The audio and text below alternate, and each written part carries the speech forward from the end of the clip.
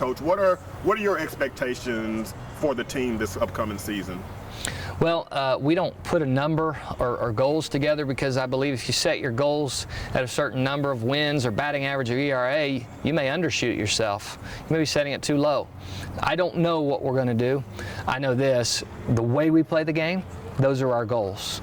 Our attitude, our effort, our concentration, our energy, our routine, and our preparation day to day, those are the things that we talk about in our goals here. We have certain statistic goals that we have for each game that are not ERA, that are not batting average, quality at bats, quality innings. Those are our goals that lead to wins. How soon that will come to us, I'm not sure. How quick will our new guys adapt and adjust?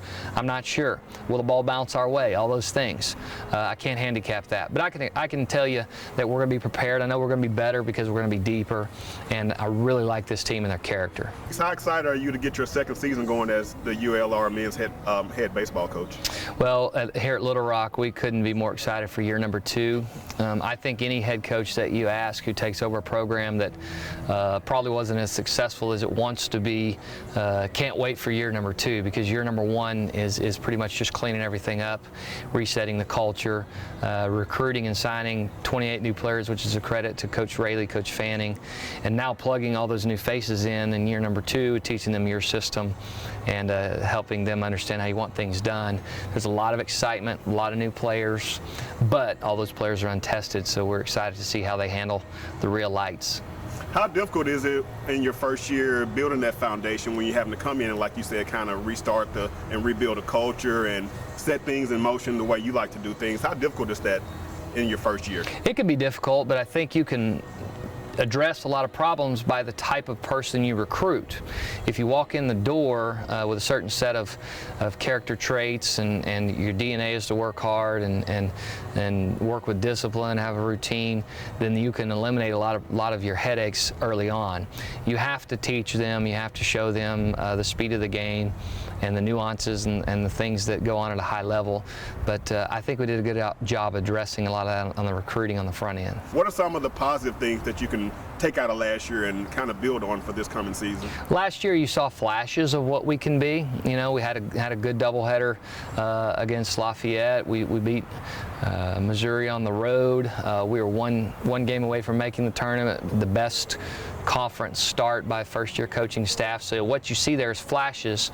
This year you need to see consistency, and depth through recruiting, I believe, addresses consistency, because we kind of toasted our bullpen in the first half, and the second half those guys were their tongues were dragging, and so that's why you saw a rough second half. But just being able to last and have more consistency, I think, is important. Why did you struggle so much on the road, and then how do you go about kind of fixing that this coming season? Well, again, that goes back to depth.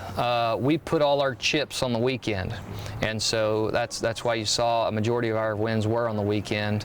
What I like is, you've got 8 guys back. You've got your best 2 pitchers statistically are back. 2 of your best 3 hitters are back. You add a supporting cast around them, and that adds to that midweek depth. The experience of a mature player who's been on the road, who doesn't get rattled, and then is able to handle things in new environments and stay consistent and confident what kind of player he is, no matter if he's wearing white or gray uniform. I think that'll help a lot on the road. I talked to Corey Malcolm about leadership. First of all, who are some of the leaders on this team that you're counting on, and explain how important it is to have that leadership? Well, we all know how important in any organization leadership starts at the top. Set an example, make the right decisions. If I or the coaches are the only ones policing the team, then we don't have leadership. It's got to come from themselves. The team voted Corey and Jared Garcia, Ryan Scott, Kyle Kirk as their leaders, all guys that only 4 of the 8 that returned from last year. And so that shows that they trust them. There were a lot of new players that were fringe captains, meaning they were right on the verge, and next year they're probably no-brainers for it. But the leadership and the guys that have been through it show these guys how to prepare and how to do it.